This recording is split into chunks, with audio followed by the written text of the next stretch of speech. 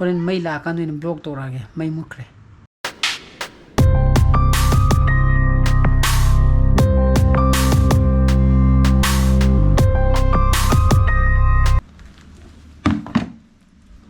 sini french fry phajare aigi french fry ji club muksan bikira. Good morning guys, welcome back to my channel. Ma'am no ai brain khali pung 3 minute ta sakra masidi chana pai tiffin ha pore bako tap tai pijera ga skun thag rage nata di hen tiffin ha pau tiffin char ga lakte aduga halaga ju saksaw ga di bako adon sida heavy breakfast ke type ta kimbap ka adigi french fry ga mabuk thana pijagre na ado hen pung ama kaya ani di mak kambasi sak lama ne bako mo ta sak khara dum saja jani saro yare adu kon lilo phamo yare si chau lo tap tai ngasi di tap tai pije aduni ko yare ngasi di si lo na muk char ga chaki duni ko hala ga horen chak sa ga da ba ha skundar letrin lei tu di psati to lekin si na ga dam ni ko mo ha ba matam ni hau bring hau ra kalau mami ni anu ba french fry ni this is lo teri ma khai ta dore lo sala sala cinema puk than bagi reaction penda halaga di chak cha ni na kidu bagi sa khau so ke duni bu de teri ma khai ta sala ya lo sala bu to jalo thieng gani nong ju kha churi to bra chu du to ri bra kem to ri bu ngasi wednesday coming Thursday coming Saturday the no Shanopagi birthday la tarik kun ga manga 25th June Shanopagi birthday is coming ma birthday kem to bu no hai ma natra la sala thengani ha ngai bungan la khau je bungan nang ge lai myam je kamai tin si ju khang na ne ha hai to ani thong na si la khau gi wa ju na tran lai ya me ani thong na pu ro la khau lum de na kyam lum duri gi kiji me lum gudro lumbi mai la khau kiji me lum gudro se bo ai makare ma gi law ko koi bu ta sei hik thare ken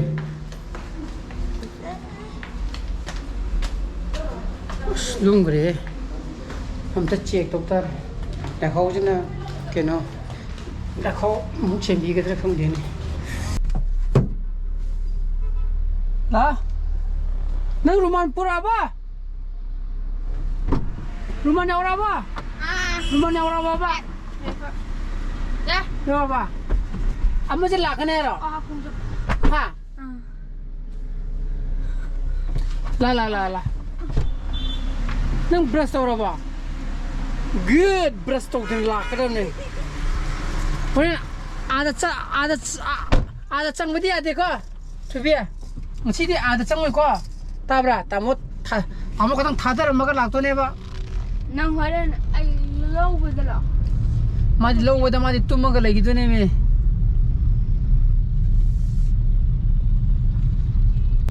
nong ji ju kan mangkhale khaga ju churi tawri ha no nong chudi assembly to da ba harau re ba good ako ju satre kan da tan ba yaw re bong assembly da saman na natra wang somun na to be nang bus kun chala ji da koi to be skun chapa tan da le ra ji ma ji khale ji chai pi je ra ni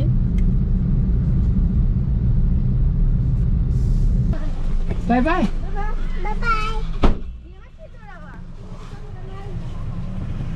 यार को चलो जी को दे हाँ हाँ कनानो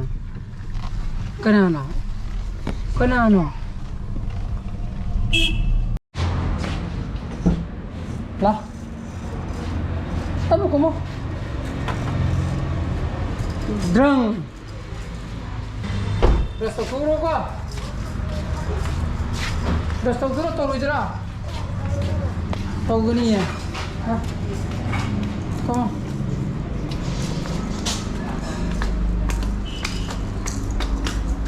Basta tura, aduga school dress sa luro ko. Ko, nang school sa na ay na. Dadi ya. Sa, basta.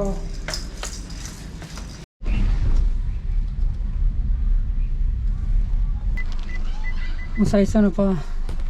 School na thada biro na. Yun yung na. Yun yung raga mo. Sana pa mo logo lai mo ko. Udah sana pa do sak lamong mo tra khang de. Hore mo yun yung mo sak saw ga di. Sak chaing de no hai di jara khang de. Lang si di sa jon sai. Aduna sana upte ya dre mai ji. Sunscreen ne ko san dre ba ko. So song gi sai si ne ba ai khre vera kha kai kai to to ke to ri som de kya tok te song gi mai ji di. Do ji pum kya tar ama mi ni tara tare. Aduna wali sana pa ai jo TV u gi ne je la ba ko. Ma yo ro ko ma ba ti. Ma kana sana ori ba in no po mo sa jing ga. Ma yo ti mo ti ju mo yo ge ma to ba. Mo ma do mo mo sina le de mo. Ma mo de ba ko. Ade sa ga sa re. Nang chak ka mai to ge. Chain de. Kri na chain de bo. Ma sai chak su kim ju sa da na. Running de.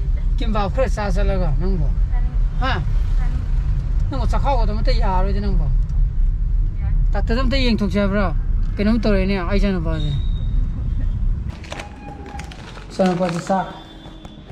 Thì nó khởi pizza cái mà sai cái này hay có lần xí bujia gì đó, cái tilo khởi suy ra cái on tomato khởi suy ra cái sa cái tàu ra cái sa cái lần xí tôi đi ăn pizza rồi, irum sa cái abung à, irum mau rồi ra, ha, cái gì, hồi con à, dân khởi sa cái hay cái pizza cái gì thì có timing sih nera farak ta na ko saning do na koi ni budi nam do na so budi ka kai de ye yani tra saning do ga de ren di sana ba ko na ba gi bem te sana ba gi e khusuklai bag nung tawel nung yeng jen ga hayeng tari kun go hom doi adana ayuk sana ba sala ni ba ko sana ba sala ga ju pung taru nang na badi halak ta ba ya ti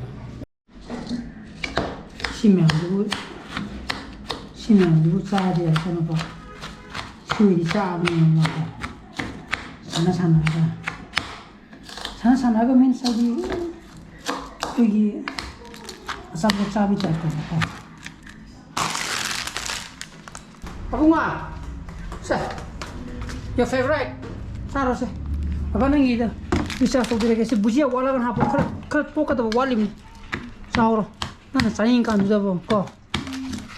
자, 온. 남거들아. 같이 누르지. 뭐 좀 그래지. 자라고. 반응이 리사스 비렇게. 아저는 아잉 사나 벌써 보기 쿨라인 레켓 는 연전가. 아실래래. 거기 마마주 폰 돌아면 행되게 사나 봐 야래. 락벌 라오나 보고.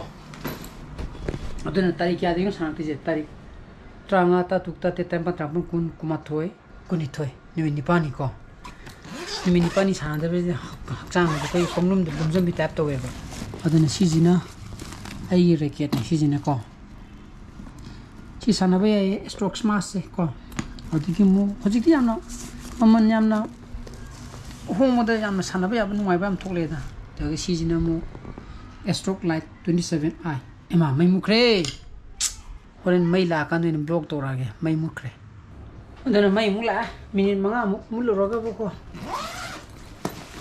aduni da hojiki racket to aduna ai gine boko kada hakra karak tu ni hable ni shi di ju karo to to mire traga boko shi budi katta tro ne veije ide katta kada ba phone to ko yam yorom ne boko du tat wadre yang batat ka khang de sila kemta haminga litre sing botol hatu mangai re sila feather satul ko liningi sina yonek chiko sin abject proza na jina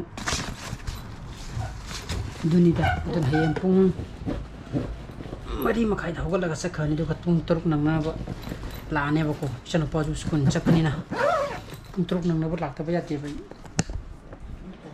tadi bera ka du bako bera ka ba means magi kai to boda ina khar yaw di nang deba koi ni tok di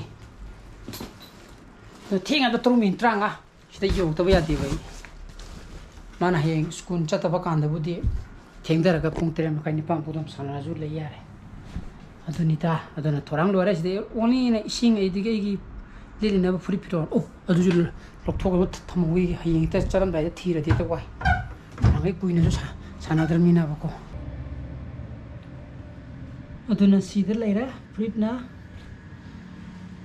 si amle sina sana ba dili lebo ko si black sina amma yellow sina kuigi fruit hongdo ga la pai dare kai no da mong o ta ra ne ba ko adu lishil laga cho cho na lil laga la pudo ngai ta ba adan sida i tawel na ga hapaga loira aduna loina phit thakta lera hayeng sana na ba ko aduna nganna thengna tumgira pung ama da tumgira ani da tumgira ahum da tumgira alarm khong podo pung mari makai oigera pung mari makai de alarm khong podo phulong hogala ne ko adoga sanroni adoga horen ni tumba wala gana nungi demu backup to baitare makeup to baitare ko aduni adun sana ba mina di khangani hari swana aina phawri porche aduna mayam ai ngasi blog de mata introduction jaraga ai blog si parang thogadi like to biramo share to bio no views oi bio subscribe to biramo ko nusana pasale bio so please be safe and be healthy bye bye good night